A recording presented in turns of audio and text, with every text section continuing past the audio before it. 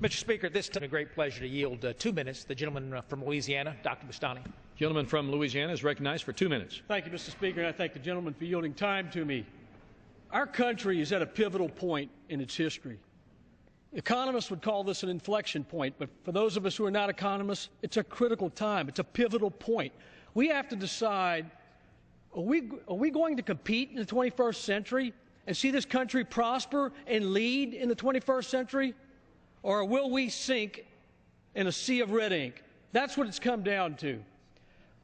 I think we need to move forward with a bold plan.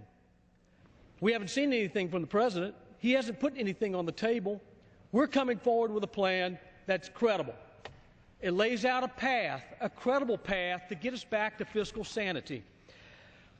$46,000 for every man, woman, and child is what the debt stands at today, and that does not include the unfunded liabilities going into the future, which takes us well north of that figure. We have a lot of work to do. It's time for this Congress to get serious about its responsibility to bring fiscal sanity and fiscal balance back. We have a spending problem. There's clearly a spending problem. But if you look at the two fundamental problems facing the country, it's our unsustainable debt, but it's also the lack of economic growth to create private sector jobs. Now, if we take the path that our friends want to take, they're going to raise taxes. They're going to raise taxes across the board.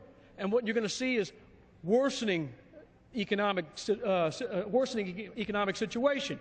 We're not going to see the kind of job growth. In fact, we very well could go back into recession with that type of plan. Our plan puts us on a sustainable path, coupled with tax reform, coupled with an energy strategy, which we have, and moving forward with an aggressive export-oriented trade policy. You'll see a competitive America. You'll see job growth in this country.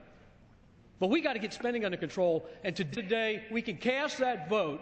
Today is the day we can decide we're going to restore American competitiveness, we're going to restore American credibility, and we're going to restore American confidence. And with that, I yield back. Gentleman's time has expired. Gentleman from Massachusetts.